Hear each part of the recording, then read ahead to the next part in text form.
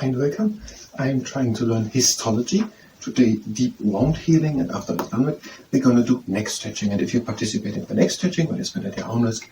And we're talking about wounds and the blood system and internal anatomy, and this is no medical advice. And this is part 5 or so of deep wound healing. Now we had in the last part done the inflammatory phase, and the presentation just about the inflammatory phase. And now the second phase of deep wound healing of a force, the first inflammatory phase, then migratory phase, then proliferative, and then maturation phase. Now the migratory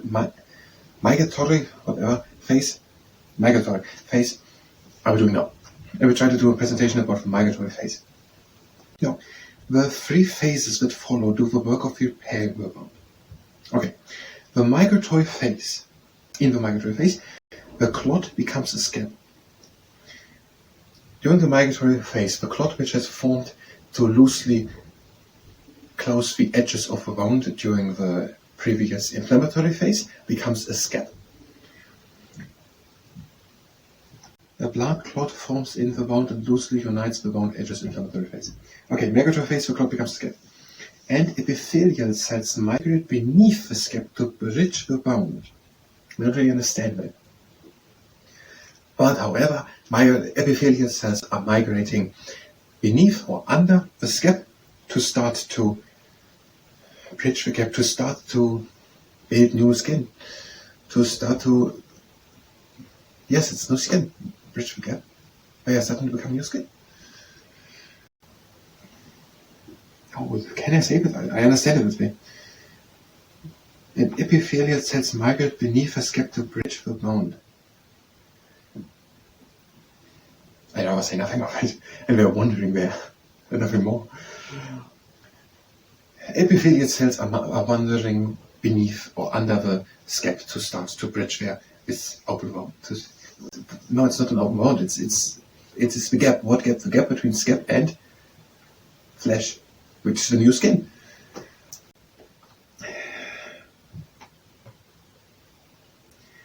Or to bridge the wound, Epithelial cells migrating there to bridge the wound. Let's stay where we move on. Fibroblasts migrate along fibrin threads. No, the fibroblasts, mesenchymal cells were brought in the inflammatory phase. They are developing into fibroblasts. The fibroblasts which were brought in, the fibroblasts which had developed out of the mesenchymal cells which were brought in through the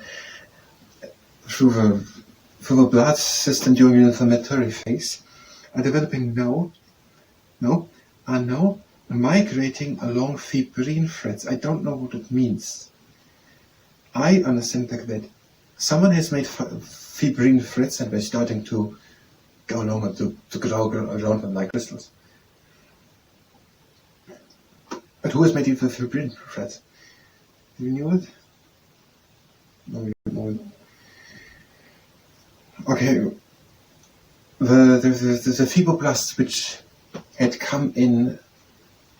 had developed out of the mesenchymal cells, which has come in the inflammatory phase to place through the blood system, are now migrating along the fibrin threads. Migrating along the fibrin threads and begin to synthesize scar tissue. And starting to make, I think this is what it means, and starting to make scar tissue. Maybe it's a little bit different, synthesizing, but it's in a bit sense. It's starting to make or synthesizing scar tissue. And that are collagen fibers and glucoproteins. Okay, and the fibroblasts which had come in as the mesenchymal cells and which were developed out of the mesenchymal cells brought in during the inflammatory phase through the blood system are now migrating along fibrin threads and are starting to synthesize to make scar tissue out of collagen fibers and glucoproteins. And furthermore, our damaged blood vessels begin to regrow. During this phase, the tissue filling the wound is called, and the blood vessels are starting also to regrow in that phase. Then we're going to say that as the last thing. During this phase, the tissue filling the wound is called granulation tissue.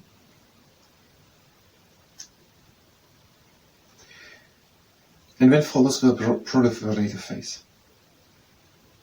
Okay, and then the blood vessels of proliferative phase. Okay, we're going to say this same setup. deep wound healing. No, we're not going to say it at the beginning, but you said it at the beginning of it. I would have phrased it. The migratory phase is the second phase of deep wound healing. The four phases are inflammatory phase, migratory phase, proliferative phase, and maturation phase. And during our migratory phase, the migratory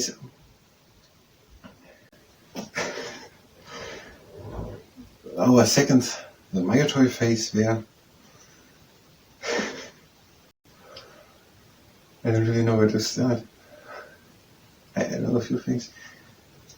It was first the things wandering there. The epithelial cells wandering underneath the scap and bridging gap. But that sounds good. It's nothing more. Just this was the first thing. The epithelial cells. Okay, the blood clot becomes a scap. Blood clot becomes a scap. This blood clot, which has loosely united the bone's edges in the first inflammatory phase, becomes a scap, and epithelial cells are wandering underneath this scap to start to bridge the gap from the scap to the underlying tissue, to bridge the bond. Maybe this is important. It is not. Maybe it is not bridging to the skin. Maybe it is just bridging to the side of the wall. If this is side.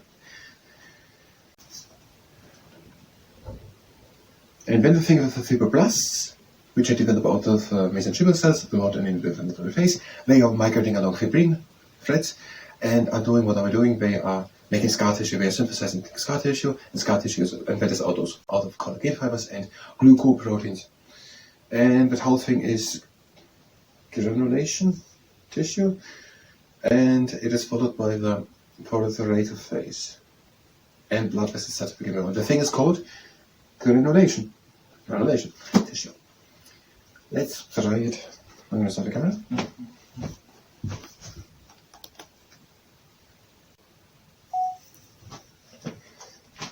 So first, how do we start? Yeah, I have a problem, but I want to start the same way as in the first video with the explanation what deep wound healing is. Doesn't really make sense, you know. The migratory phase. It's just the migratory phase. I say before phases, say that is the second phase, and then directly the first scapular epithelial cells, fibroblasts, blood vessels, granulation, proliferated.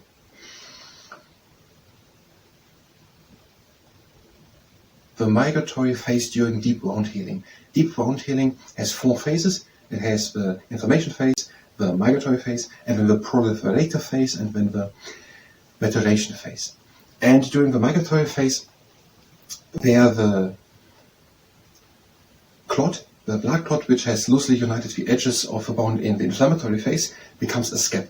And now underneath the scaps there are wandering epithelial cells, and they are starting to bridge now the bone. And the fibroblasts, which had developed out of the mesenchymal cells, which had brought in the inflammatory phase, in the first phase, are now, these fibroblasts are wandering along fibrin threads and starting to synthesize to make scar tissue. And that scar tissue is out of collagen fibers and glucoproteins. And also our blood vessels starting to regrow and reform. And that whole thing is called in that phase granulation tissue. And the third phase is then the proliferative phase. And that is according to Gerard Togas and Sandra Grabowski's Principles of Anatomy and Physiology book, page 152, but this is no medical advice. I'm going to stop the camera.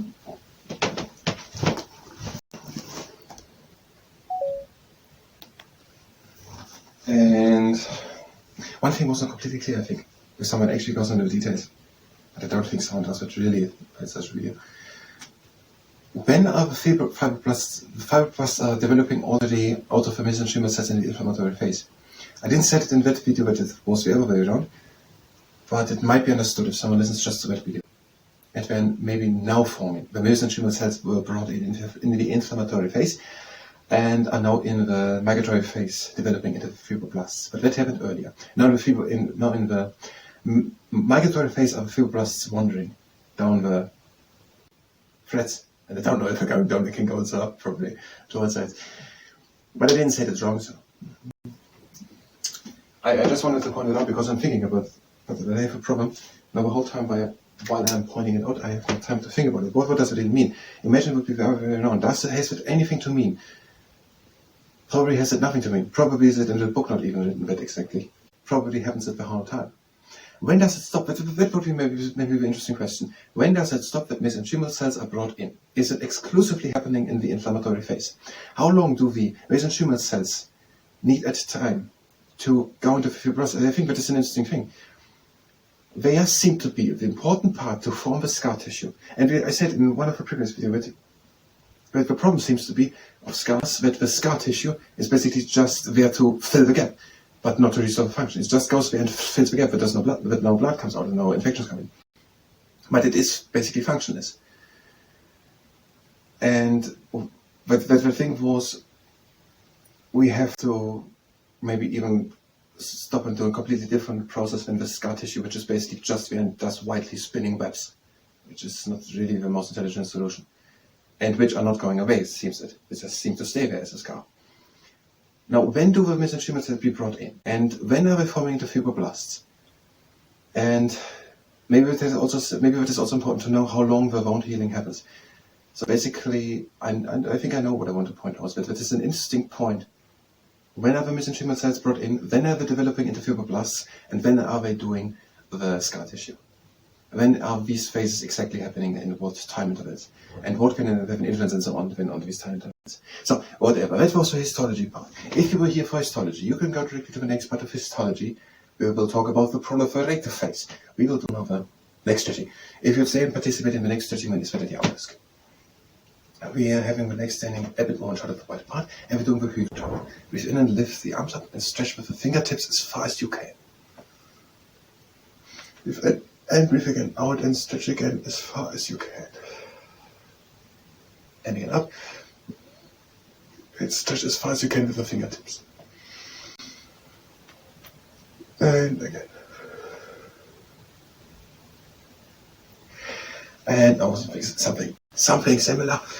Reach with the fingertips as far as you can, but down in front. Up, big, and down. And again in front. Higher up, big, and down. And now, have the feet standing together. No, not together. Have them shoulders wide apart. Tall up, shoulders back, breathe in. And out. Now, first another exercise. I think this is actually important, but don't have actually time left, so not doing what you're doing. Feet are standing together, arms up to a T, and pretend to fly around like a bird. And now the next exercise. Have the legs standing shoulders wide apart, tall up, shoulders back, breathe in. And out, head over to one side. Only as far as it goes, no pressure. And chin onto the curvature. Breathe again and lift the head. And turn it over to the other side. Just softly turn it, just softly over, no pressure. And chin onto the curvature. Up with the head and over to the first side. Breathe in. And breathe halfway out. And then circle the head over to the other side. Breathe again in. And halfway out. And then circle the head over to the other side. And back into the middle. Now have the palms of the hands together. The elbows together. With light. And breathe in and lift the arms up as far as you can count with moderate effort. And again up. And down. And now, breathe in. And out, reach in front. Also press in front and bring the head back. In and back. Out, press in front. In and back. Out, press in front. In and back. Out, press in front. And back. And now with the feet sitting together. Breathe in with the arms up. And without leaning back, the crab in the morning, draw the shoulder blades together, down the chest to the sky. In and up with the arms. Out, lean again back. Draw the shoulder blades together. In and up with the arms. Out, cross the arms, intertwine the fingers, breathe in, reach, have a screw. And breathe out, reach in front, hollow the back, and drill. Again, in and up. Out, cross the other way around, breathe in, reach high. And out, reach in front, hollow the back. Breathe in, lift the arms up. And out, lean with long arms back, the skyhugger. In and up. And out again back.